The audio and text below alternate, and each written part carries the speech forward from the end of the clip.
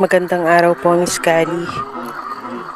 Tawagin niyo na lang po ako sa pangalang Joshua. Hindi po ako mahilig sa mga kwentong multo noon. Pero simula nang ikwento ni Tito Rodel, kapatid ni tatay, ang mga karanasan ni Lolo Pilo, tatay ng tatay nila, ay parang bigla akong nagkaroon ng interes sa mga kababalaghan. Napapakinggan ko rin po ang mga kwento ng followers niyo sa TikTok. At may kapareho ang karanasan ni Lolo sa isa sa mga napakinggan kong kwento. Kaya nag-isip kong ipadala na rin ito sa inyo. Gwardiya raw si Lolo Pilo noong mid-80s hanggang 90s sa isang commercial building na may bowling alley.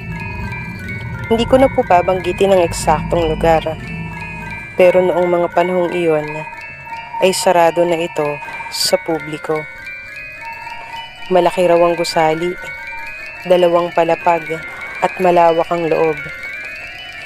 Pero ang totoo, bago pa ito naging bowling center, isa raw itong piita noong panahon ng Hapon. Ginawang kulungan at madalas daw may tino-torture ang mga sundalong Hapones na pinaghihinalaang gerilya at sibilyang tumutulong sa kilusan. Nang bilhin ito ng isang pribadong kumpanya, inayos muli at ginawang commercial building at kalaunan ay bowling alley. Pero sa kabila ng renovation, parang hindi nabura ang madilim na kasaysayan ng gusaling iyon. Sa simula, hindi rin daw naniniwala si Lolo Pilo sa mga sabi-sabing may nagpaparamdam sa lugar. Pero sabi nga ni Tito, nagsimulang maniwala si Lolo nung siya na mismo ang nakaranas ng mga bagay na mahirap ipaliwanag. At habang tumatagal siya roon, tila mas lumalala pa nga ang mga ito. Isang madaling araw, mag-aalas 2, habang nagro-ronda si Lolo sa paligid ng bowling alley, narinig niya ang isang kalabog. Parang may bagay na nahuhulog. Kasunod noon ay ang tunog ng bakal na kadena, kinakaladkit sa sahig. Sinundan ni Lolo Pilo ang tunog, papunta sa madilim na sulok ng bowling area. Doon niya namataan ang anino ng isang lalaki. May kadena sa paa. Humihila ng 2 malalaking parang bolang bakal. Doble ang laki kumpara sa isang bowling ball. Mas mabigat at lumang-luma ang hitsura. Hindi niya makita ang mukha ng taong humihila nito, pero rinig ang hingal nito. Malalim, parang hapong-hapo at pagod na pagod. Nagulat si Lolo Pilo at agad napalingon nang biglang may dumaan na malamig na hangin sa bandang likuran niya. Pagharap niya ulit, nawala na ang kaninang tinitingnan niya na may kadena sa mga paa. Pero naiwan sa sahig ang marka ng mga kinaladkad na bola nito. Sa second floor naman, may lumang storage room na tabihan ng mga dating papeles at gamit ng mga dating trabahador. Isang gabi, habang umiikot si Lolo, narinig niya ang iyak ng batang babae, tila nagmumula sa loob ng silid. Pagbukas niya ng pinto, malamig ang simoy ng hangin na sumalubong sa kanya, kasabay ng iyak ng bata. May babae rin na tila humihingi ng tulong, umiiyak, nagmamakaawa. Wala siyang nakita sa loob, pero ang iyak ay parang nasa mismong loob ng tenga niya. Lalabas na sana siya nang makaramdam ng takot. Pero biglang sumara ang pinto. Nagdilim ang paligid. Ang mga iyak ay naging malalakas na sigaw. Ilang segundo lang iyon, pero parang napakatagal. Nang bumukas muli ang pinto, Agad siyang lumabas. Paglingon niya, pader na lang ang naroon. Wala na ang pintuang pinasukan niya. Hinawakan pa raw ni Lolo ang dingding. Matigas at selyado. Imposible na magkaroon ng pintuan at kwarto. At tumingin pa siya sa bandang unahan. At saka niya nakita ang lumang storage room. Agad raw bumaba ang Lolo Pilo at nagtimpla ng kape sa guardhouse. At alam niya sa sarili na hindi normal ang mga nangyayari sa gusaling iyon. Isang madaling araw, nakita ni Lolo na bukas ang ilaw sa bowling area. Nang lapitan niya ito, laking gulat niya na may mga aninong naglalaro. Wala silang mukha. Mga silweta lang ng mga tao. May bumabato ng bola. May tumatalon sa tuwa. May sumisigaw na parang nanalo. Tinitigang mabuti ni Lolo ang mga nakita niya at hindi sinasadyang nahulog niya ang hawak na flashlight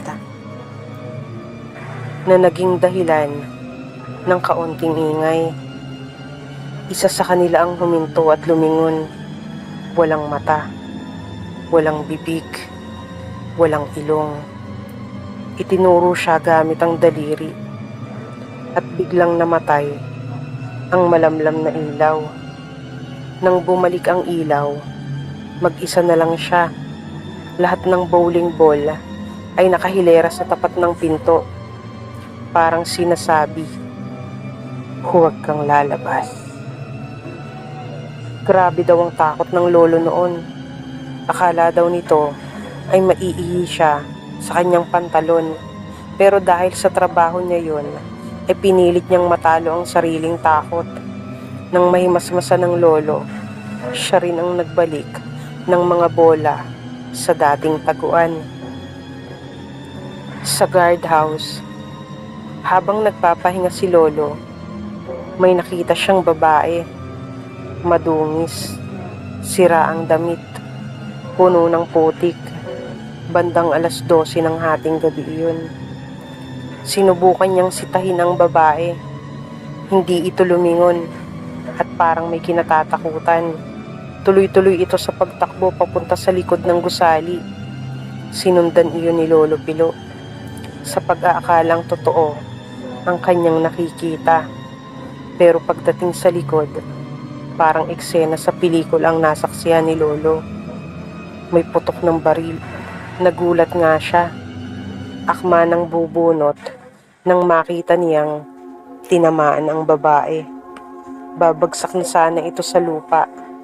Pero sa mismong pagbagsak sana nito, ay katakatakang naglaho na parang bula. Lumingon pa si Lolo sa paligid bago lamunin ng kilabot ang kanyang buong katawan. Nagsisi siya't sinundan pa ang babae. Akala niya'y guni-guni lang, dala ng antok. Pero ilang araw ang lumipas. Nakita ulit niya ang parehong babae sa eksaktong oras at araw. Hindi na niya sinundan, pero narinig niya muli ang putok ng baril, kagaya ng unang beses. Pero ang pinakakinatatakutan daw ni Lolo sa lahat ay ang batang lalaking may hawak na eroplanong papel. Madalas daw nitong sundan si Lolo tuwing nagroronda sa gusali.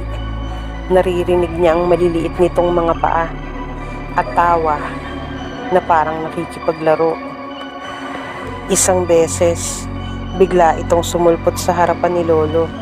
Hindi klaro ang muka, pero nangingitim ang mga labi at may mga pasa sa katawan, maraming sugat at may isang malaking saksak sa tiyan na tumagos hanggang sa likod. Tumingin ito kay Lolo at nagmostra ng shhh, sabay turo sa likuran niya. Natakot ang Lolo Pilo noon. Ibang takot kumpara sa mga naramdaman niya sa iba pang mga nagpapakita sa kanya. Marahang nilingon ni Lolo ang itinuturo ng bata. Wala siyang nakita sa sobrang dilim. Sinipat pa niyang maigi ang likuran at biglang tumawa ang batang lalaki. Paglingon ni Lolo, wala na ito. Gulat na gulat siya ng mga sandaling iyon at hindi nakagalaw sa kinatatayuan. Pinakiramdaman niya ang paligid, parang may mga matang nakatingin sa hindi kalayuan. Ang lakas ng kabog ng dibdib ni Lolo Pilo. Tanging takot ang naramdaman niya at tibok ng sariling puso ang kanyang naririnig. Huminga siya ng malalim at nang makabawi, pinakiusapan daw ni Lolo ang bata. "Huwag mo akong gulatin. Baka sa atake sa puso ako mamatay." Parang naintindihan daw ng bata iyon. Simula nga noon, kung nagpaparamdaman ito, hindi na biglang sumusulpot. Pero alam ni Lolo, nakasunod niya lagi ang batang lalaki. Hawak ang kanyang eroplanong papel. Tumagal si Lolo Pilo sa trabahong iyon ng ilang taon. Nasanay na raw siya sa mga multong tila may nakatakdang oras, araw at senaryo. Hanggang sa ibenta ang gusali at hindi na muling ginamit.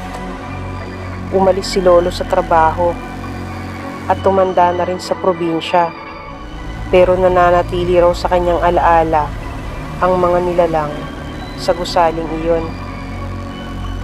Marami pa raw kwento si Tito tungkol kay Lolo Pilo. Baka sa susunod, padala ko ulit sa inyo kung sakali. Maraming salamat sa pagbabasa, Miss Kali. Joshua.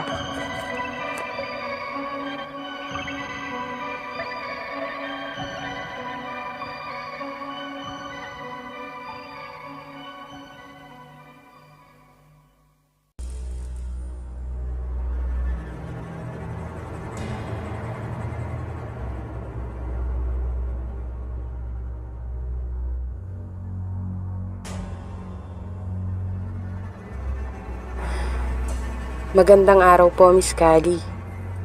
Tawagin niyo na lang po ako sa pangalang Harold. Matagal na to, mga ilang taon na rin.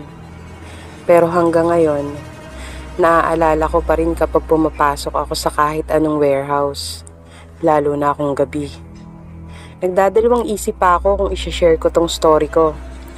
Medyo nahihiya po kasi ako dahil siguro lalaki ako, pero nung napakinggan ko po yung mga naka-upload na story sa TikTok, karamihan ay lalaki rin. Kaya nakigaya na rin ako. Hehe. First job ko yun. Bagong hire ako sa isang malaking manufacturing company. Hindi ko na lang po sasabihin ng lugar at pangalan ng kumpanya. Sa warehouse ako naka-assign. Night shift agad ang bagsak ko after ng training namin na inabot rin ng 1 linggo. Mas malaki daw ang sahod sa gabi. May dagdag na night differential. Konti lang ang tao at hindi kasing bigat ang trabaho sa umaga. Sabi ko pa, ayos yan. Kailangan ko agad makabawi sa mga gastos. Hindi pa ako naniniwala sa mga multo noon. Pero yung mga sumunod na linggo, nag-iba ang pananaw ko. Mga 2 linggo pa lang ako sa trabaho nang una kong maranasan yon. 2:00 ng madaling araw yon. Inutusan akong kumuha ng packaging materials na kailangan sa line. Sa may dulo ng warehouse nakalagay yung kukunin ko. Sa totoo lang po, hindi talaga kami inuutusan na pumunta doon, na mag-isa lang, lalo sa gabi. Sinasabi ng leader namin lagi yon, na magsama kami kahit 1 tao lang. Pero nung mga oras na yon, nasa ibang department pa yung pwede kong isama. Hindi pa siya nakakabalik, kaya hindi ko na hinintay. Naglakas loob ako na umakyat sa 3rd floor, gamit ang elevator, kasama ang trolley kong dala. Malawak ang lugar Madilim kahit may ilaw. Yung tipo ng liwanag na parang hindi umaabot sa bawat sulok. Habang hinahanap ko yung materials na kailangan ko, may narinig akong tunog ng mga plastic. Parang kapag hinahawakan yung mga balot ng stocks doon. Nilingon ko yon, pero wala akong nakita sa malamlam na ilaw. Tapos maya-maya, may mga yapak. Mahina lang, parang maliit, parang sa bata. Huminto ulit ako. Tahimik. Akala ko nga may kasama na akong ibang empleyado. Pero paglingon ko ulit, wala. Nang makita ko na yung hinahanap kong packaging materials na kailangan sa baba, narinig ko ulit yung mga yapak ng paa. Dali-dali kong sinalansan sa trolley yung mga kinuha ko. Tapos may narinig ulit akong kaluskos. Tunog ulit ng mga plastic. Tumingin ako sa unahang direksyon ko, kung saan ako dadaan pabalik. Parang may gumapang. Nagtatago. Nakasilip siya sa akin pagsilip ko. Tapos ang bilis. Parang bigla siyang nagtago. Nag-iba ang pakiramdam ko noon. Parang biglang lumaki ang ulo ko. Pero pinilit kong huwag matakot. Baka daga lang, sabi ko sa sarili ko. Kinabukasan, inutusan ulit akong kumuha ng materials sa taas. Mag-isa lang ako noon. Panatag naman ako dahil may tao na sa warehouse. 2, kumukuha din ng assigned materials para sa line nila. Pero habang nasa elevator ako paakyat ng 3rd floor, parang biglang nag-brown out. Tumigil ang elevator. Walang ilaw. Tahimik. Hanggang sa may narinig akong tunog mula sa sulok na bahagi sa itaas. Parang may nagpapatunog ng kuko sa bakal. Maya-maya, may narinig akong pabulong na tawa. Bata. Mababa ang boses. Parang umieko.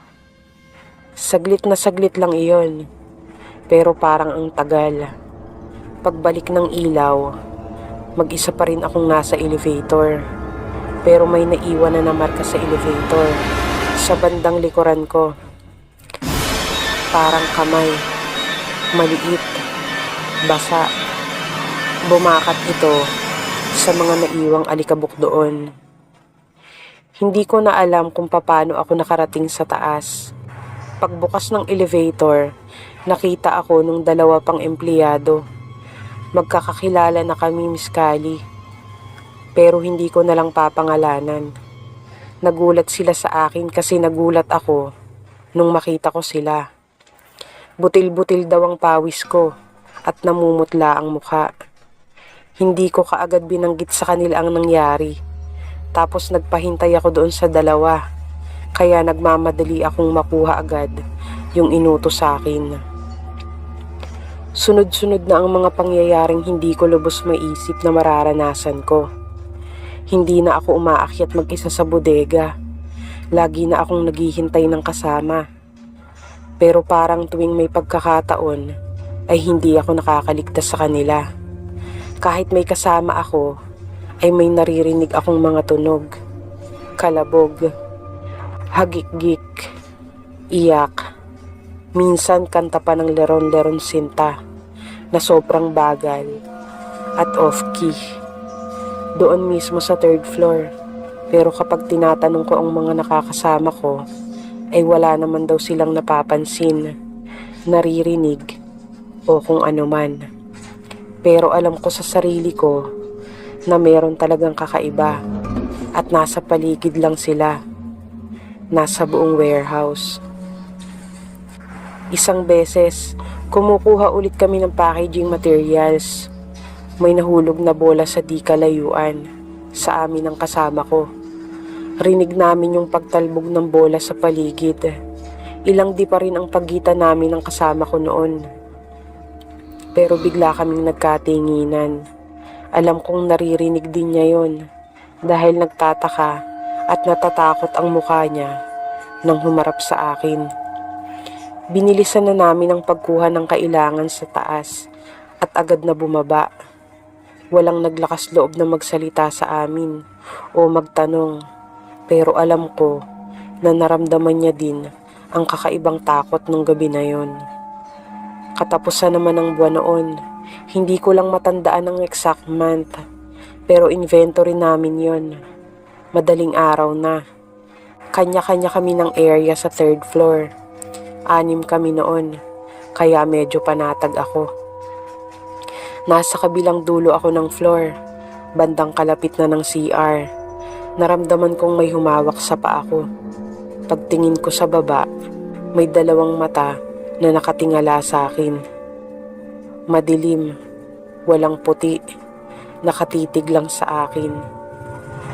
Napasigaw ako, parang biglang nagpatay sindi yung ilaw. Tapos nawala na. Napaurong ako. Tapos pagtingin ko sa paligid, nakita ko yung mga kasama ko. Nakatingin sa akin. Hindi ko alam kung anong gagawin ko noon. Tumakbo ako ng mabilis doon sa may elevator. Sa may inuupuan ng leader namin. Sobrang lawak ng bodega sa 3rd floor. Hindi ko alam yung sukat. Basta sobrang lawak nun. Kapag nasa kabilang dulo ka, hindi mo na makikita ng malinaw yung mukha ng tao sa kabila pang dulo. O mas mabuting sabihin na hindi mo na makikilala yung nasa kabilang dulo dahil blurred na at sobrang layo talaga. Pagkatapos ng nangyari nun, nagpaalam na ako. Ayoko nang hintayin pa yung mas malala na pwedeng mangyari. Kinabukasan, nag-resign ako. Sabi ko may emergency sa pamilya. Pero ang totoo, ayoko na. Hindi na ako babalik. Hindi ko alam kung anong klaseng nilalang ang mga yon. Kung paano sila napapunta doon. San sila galing.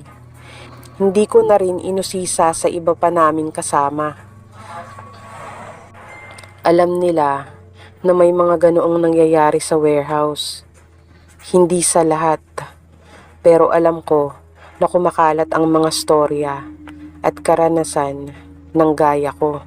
Pero pinipili na lang nilang huwag pag-usapan, lalo na kung nasa loob ng gusali at lalong-lalo na kung nasa 3rd floor. Kahit anong pagsasawalang bahala ng iba, alam ko, totoo silang naroon. Ginawa na nilang tahanan iyon. Mga bata, naglalaro, naglilibang, at gustong-gusto nila ang mga katulad kong mag-isa sa dilim na agad naaapektuhan. Harold.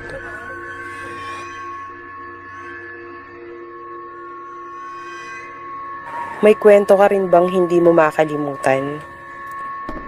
Ipadala na sa Kali Stories, FB page and TikTok account at Bahay Kilabot. Thank you for listening.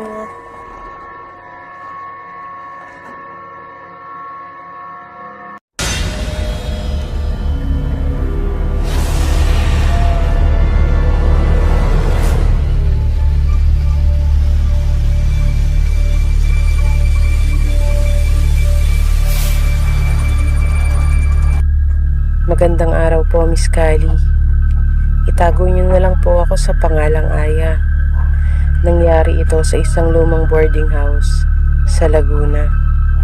May ilang taon na rin ang nakalipas.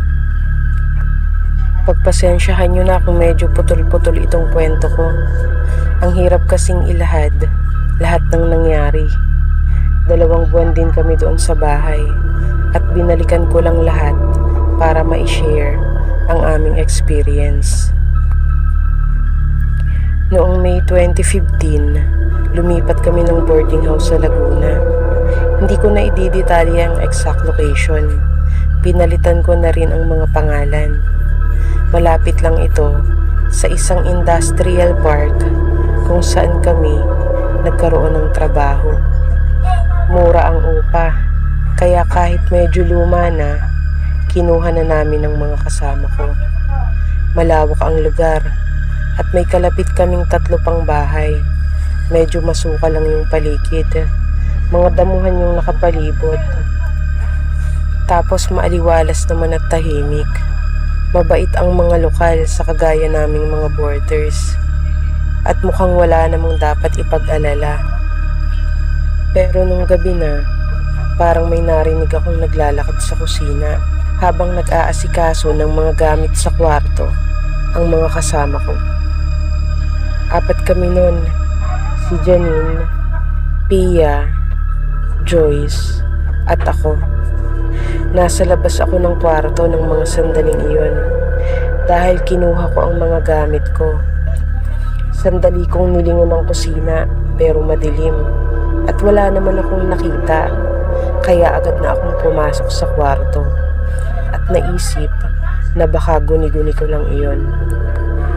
Habang inaayos namin yung gamit, bigla na lang bumukas yung ilaw sa kusina.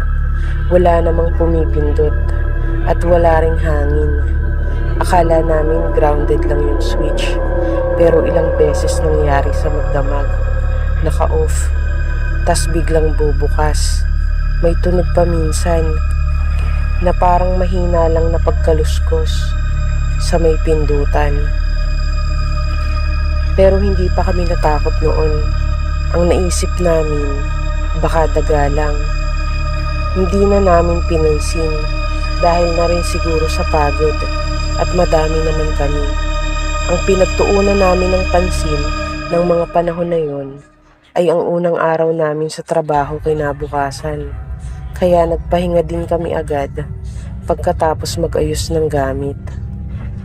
Ilang araw na rin ang lumipas at maayos naman kami sa bahay hanggang sa napahiwalay na ng shift sila Joyce at Pia. Night shift na ang pasok nila at inilipat din sila ng ibang department.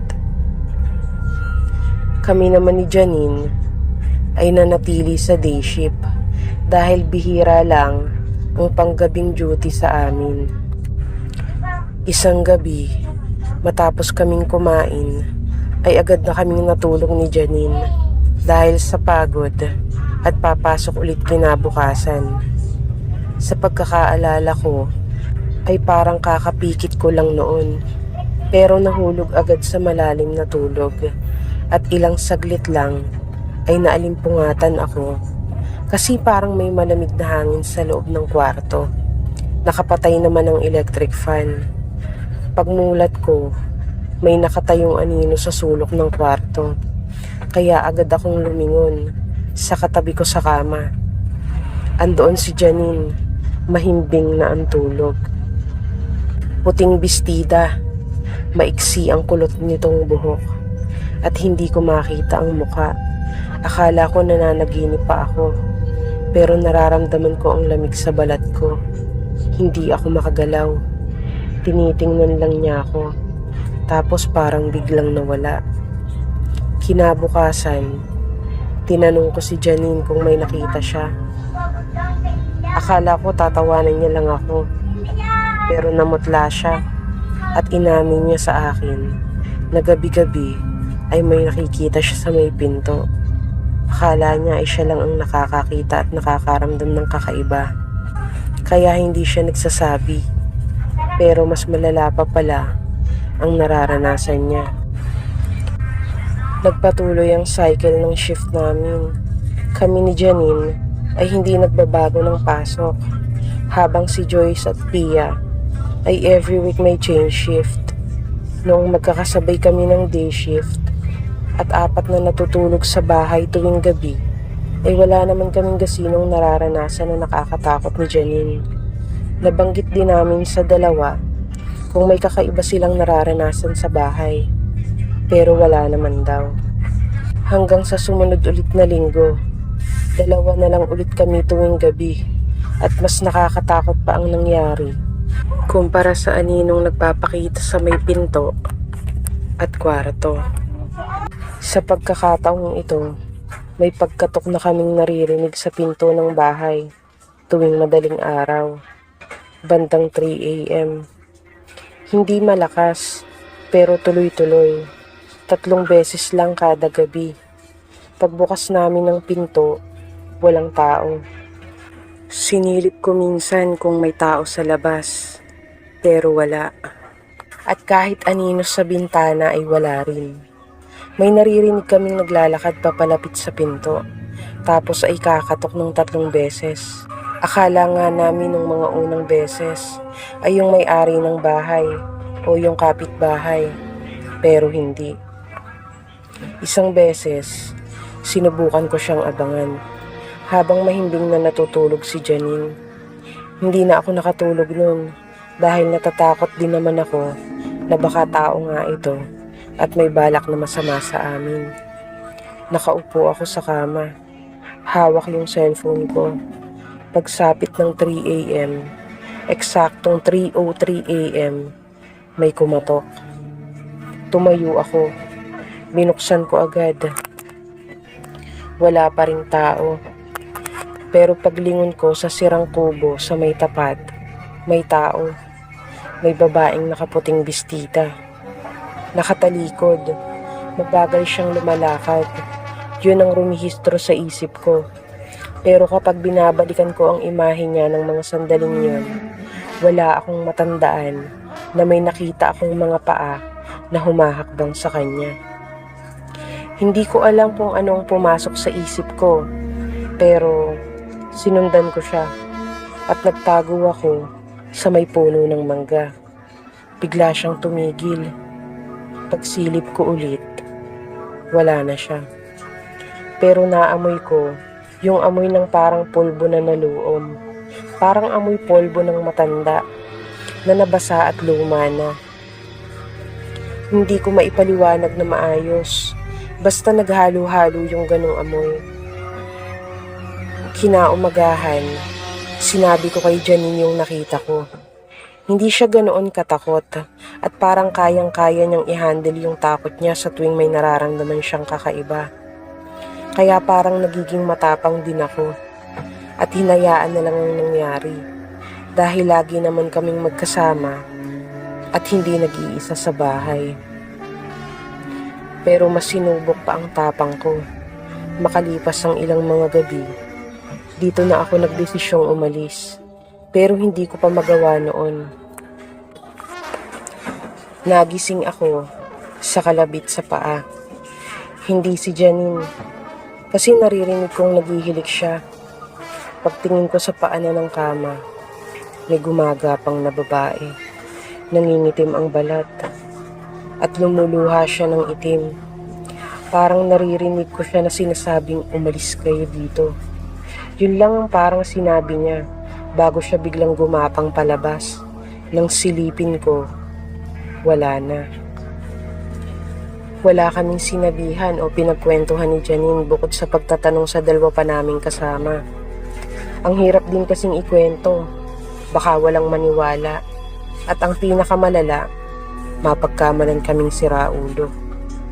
Pero habang tumatagal, parang lalong bumibigat ang pakiramdam sa bahay.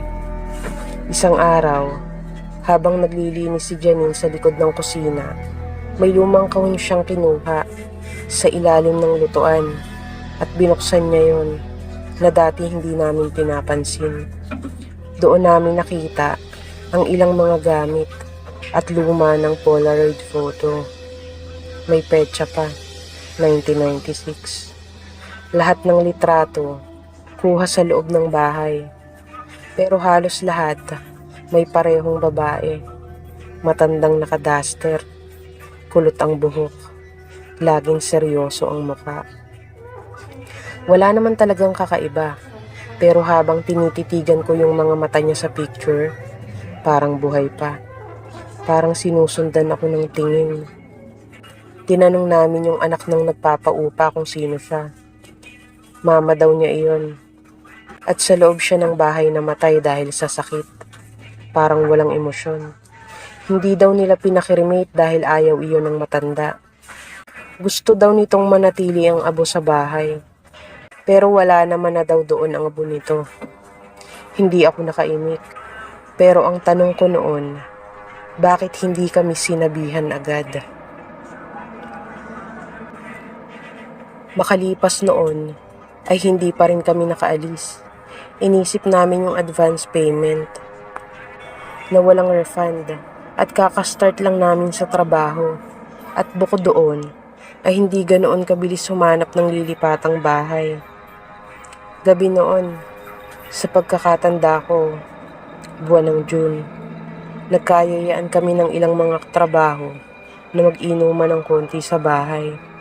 Pero pagpunta ko sa kusina para kunin ang baso, na kanina pa dapat nakuha ni Janine, ay nadatnan ko siya sa loob ng banyo, nakalapit ng kusina. Nakaharap ito sa pader. Hindi siya gumagalaw. Tinawag ko siya at inaya ng lumabas. Hindi siya sumagot. Lumapit ako. Hinawakan ko siya sa balikat. Gulat na gulat ako nang humarap siya sa akin na nanlilisik ang mga mata. At mabilis na tumakbo palabas ng banyo na diretso sa kwarto. At doon ay agad ko siyang sinundan. Nakaupo na siya sa sulok at nakayakap sa mga tuhod. Umiiyak siya, pero parang wala siyang emosyon sa mukha. Nakatingin siya diretso sa sahig. Tinanong ko siya kung okay lang siya, pero bigla niyang binanggit ang pangalan ng may-ari at sinabi niyang galit na galit ito. Biglang gumapang ang takot sa buong katawan ko at nakaramdam ng mabigat sa paligid. Pero hindi ako nagpahalata. Lumapit ako sa kanya. Tinapik ko siya. Pinilit kong itayo siya. Pero bigla siyang sumigaw.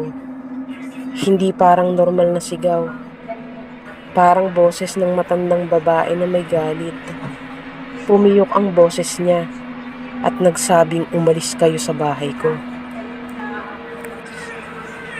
Ilang minuto din ang lumipas. Saka lang siya natahimik. Napaluhod na lang siya sa sahig at doon na humagulgol. Natakot ang mga kasama namin noon at agad na ring umuwi.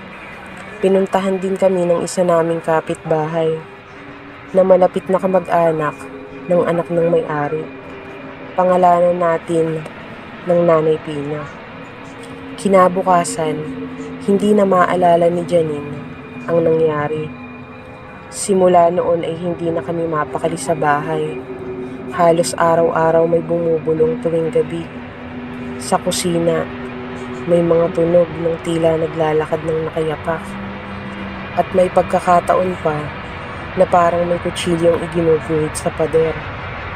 Isang madaling araw, gumising ako na parang may mainit sa pisngi ko. Akala ko pawis, pero pagdampi ng kamay ko, dugo. Hindi ko alam kung kanino.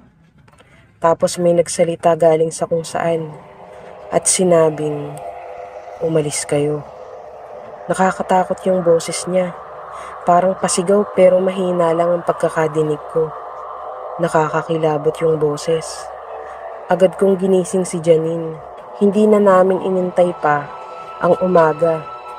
Nang gabi ring yun, pumatok kami sa bahay ni Nanay Pina upang makitulog sa pinapaupahan niyang bakanting kwarto.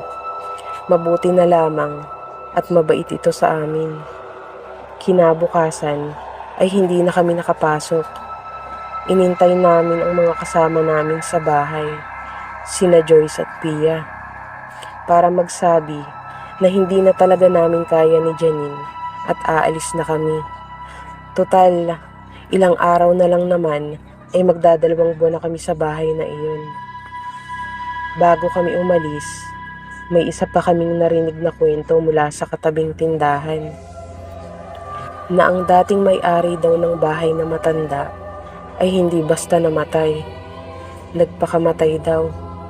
Nilason ang sarili kasi iniwan ng anak. Hindi binasbasan sa simbahan at hindi na rin dinala sa sementeryo. Ibinao na lang sa likod ng bahay ang abo. Mula noon, madalas na ang pag-alis ng mga bagong umuupa. Kinilabutan ako, lalo nang mapagtanto kong ang kwarto namin, dating kwarto ng matandang may-ari, at ang katre na ginagamit namin ay ang katre kung saan siya binawian ng buhay. Paalis na sana kami ng bahay kinabukasan, pagkatapos naming magsabi kay Pia at Joyce. Habang pinagsasama-sama ko ang mga gamit ko, naramdaman kong may malamig na hangin sa likod ko.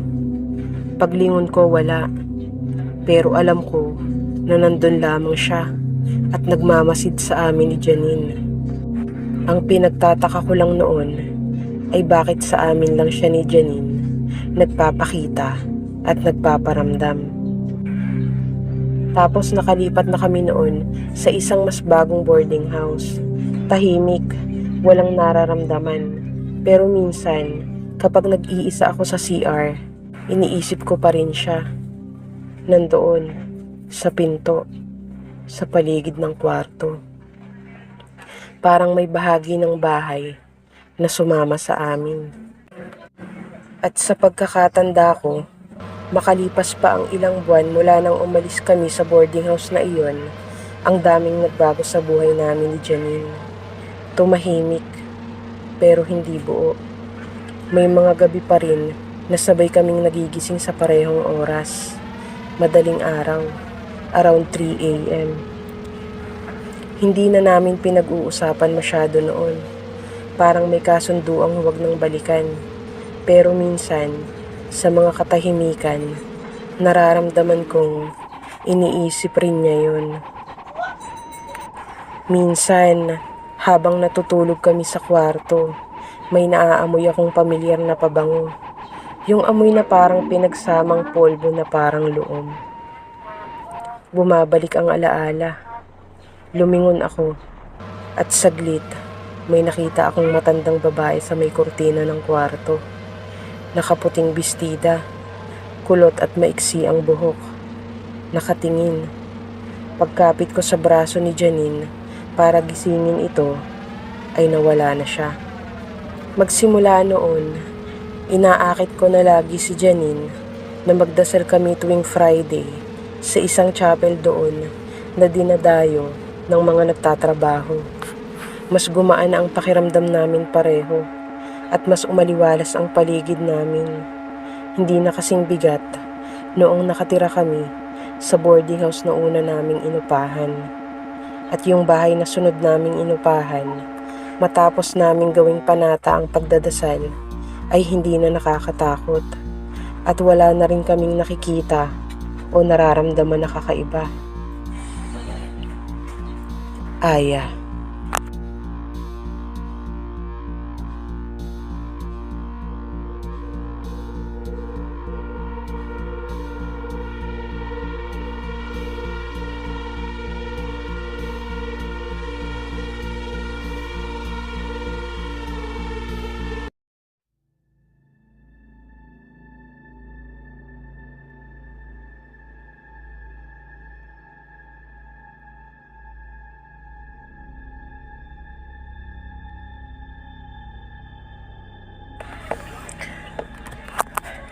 Hello Miss Kali, ako po si Loisa. Matagal ko na po talagang gustong ikwento to. Kaso hanggang ngayon, natatakot pa rin ako tuwing naaalala ko. Parang kahapon lang lahat nangyari. Pero halos 2 dekada na rin ang lumipas. Taong 2005 noon, unang bakasyon namin ng pinsan kong si Noemi sa napasukan naming tahian. Halos 1 linggo yun. Kaya naisipan naming magbakasyon sa probinsya, sa bahay ng lola namin, sa Quezon. Matagal na kasing walang nakatira doon, maliban sa isang caretaker, si Mang Andres, ampon ng lola namin. Nang mawala ang lola, ay siya na ang nag-alaga sa bahay, tagalinis at tagabantay. Malapit lang din sa compound ang ibang kamag-anak namin. Mga tito, tita, pero yung mismong bahay ni Lola, malaki, luma, at medyo masukal ang paligid. Nagpasya kami na bumisita doon dahil matagal na rin kaming hindi nakakapunta. Pero hindi pa man kami tumatagal ng 1 araw, may kakaiba na kaming napansin. Pagpasok pa lang sa bahay, may mabigat na pakiramdam na agad. Para bang hindi kami welcome. Sabi ko sa sarili ko, baka dahil lang yun sa amoy ng lumang bahay at dami ng alikabok. At saka baka naninibago lang rin dahil dati ay masaya sa bahay na yon. Pero nung gabi, habang natutulog kami ni Noemi sa second floor, sa dating kwarto na tinutulugan naming magpipinsan kapag nabisita doon, sabay kaming nagising sa kaluskos sa labas ng kwarto. Akala namin pusa o daga, pero parang may paa na humahakbang, mahina pero malinaw. Tapos may kasunod na kalabog, hindi isang beses, kundi pa ulit-ulit. Para bang may nahulog o may bumangga sa pader. Akala pa namin si Mang Andres, pero walang sumagot nang tawagin namin ang pangalan niya. Kinabukasan, tinanong namin si Mang Andres kung umakyat ba siya sa taas noong gabi. Pero sabi niya ay hindi dahil maaga siyang nakatulog. Nagkatingi na naman kaming magpinsan at tinanong na lang kung may napansin ba siyang kakaiba. Pero sabi niya ay wala rin. Baka daw tunog lang yon ng mga kahoy sa bahay dahil luma na ito at nagpaalam na siya sa amin pero kita namin sa mukha niya may tinatago siya. Para bang ayaw na lang niyang pag-usapan. Magsimula noon ay kung ano-ano na ang naramdaman namin ni Noemi. Sa ikalawang gabi namin, habang nag-aayos kami ng mga gamit sa aparador, bigla na lang bumukas ang bintana. Malakas ang ihip ng hangin kahit wala namang bagyo. Napatingin kami sa may pintuan ng kwarto. Doon ay nakita namin ang isang mabilis na kung ano na dumaan. Isang bulto ng parang babae. Sa takot, napasigaw kami ni Noemi. Bigla namang dumating si Mang Andres at tinanong kung ano daw ang nangyari. Nang sabihin namin ang nakita namin, ay parang sanay na siya sa ganoon. Huwag na lang daw naming pansinin kung sakaling makita ulit namin sa susunod. Nagtaka kami kung ano iyon. Pero wala nang iba pang ibinigay na detalye si Mang Andres. Pagdating ng mga sumunod na araw, parang lalo pang dumidikit sa balat namin ang takot. Tuwing madaling araw, may naririnig kaming bulong sa ilalim ng kama. Hindi maintindihan ang sinasabi, parang palahaw ng babae, pahina ng pahina, pero nakalulunos.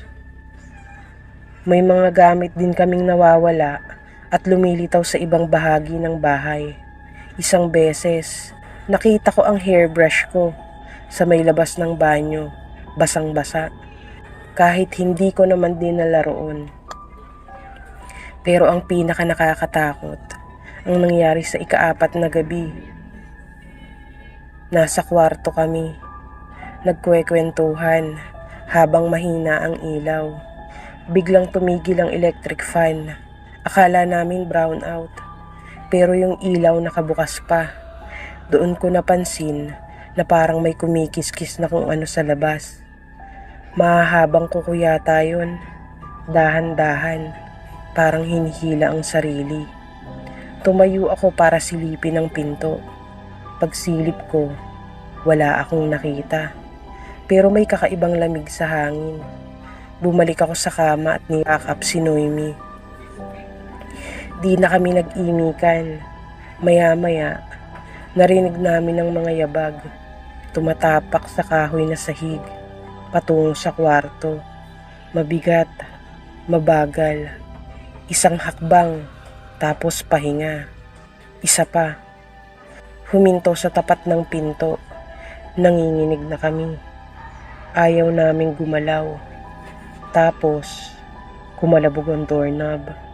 Walang nagbukas, pero unti-unting bumukas ng kusa ang pintuan. Doon ko siya nakita. Isang babae, nakaputing damit, yapak, pero kakaiba siya maglakad. Tuwid na tuwid ang mga paa. Hindi man lang bumabaluktot sa paghakbang. Parang may lubid na humihila sa katawan niya. Ang mga kamay niya ay parehong tuwid na para bang nakatali. Nakayuko ang ulo, pero baluktot ang leeg. Halos nakadikit na sa balikat. Ang buhok niya'y gusot, mahaba at madumi. Pero ang pinakakinatatakutan ko, ang mukha niya. Hindi ko masyadong nakita, pero sapat na ang liwanag para makita kung wala siyang mata. Itim lang, parang walang laman.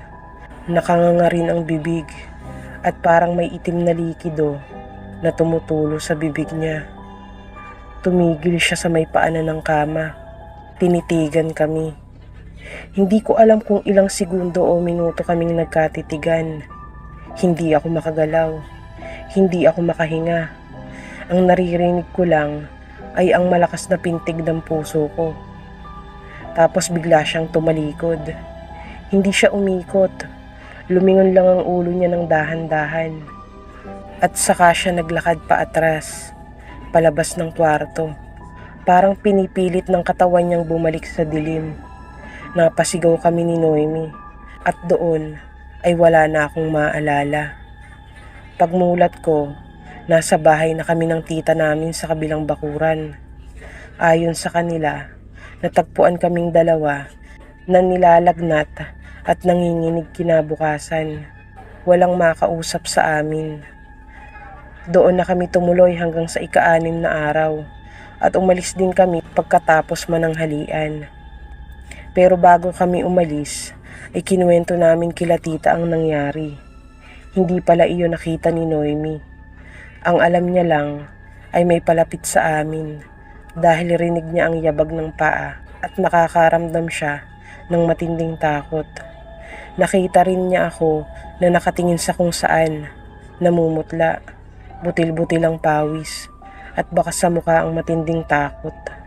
Simula noon, hindi na ako muling bumalik sa bahay ni Lola. Si Noemi, hanggang ngayon, ayaw na ring pag-usapan ang nangyari. Nabalitaan din namin noon, matapos ang insidenteng yon, pinablis ang buong bahay. Sabi ng pari, may kakaiba daw sa lugar. Yung dating kwarto namin, ipinasara na, pinalagyan ng altar sa harap. Hanggang ngayon, hindi ko pa rin alam kung sino yung babaeng yun. Pero sa panaginip ko, minsan, bumabalik siya. Nakaputi pa rin, tuwid ang lakad at nakatitig sa akin. Lalo na sa mga ganitong panahon, yung nailalabas ko ang pangyayaring yon. Parang malinaw na malinaw siyang bumabalik sa alaala ko. At yung pakiramdam ng takot ay hindi ko pa rin maipaliwanag. Loisa.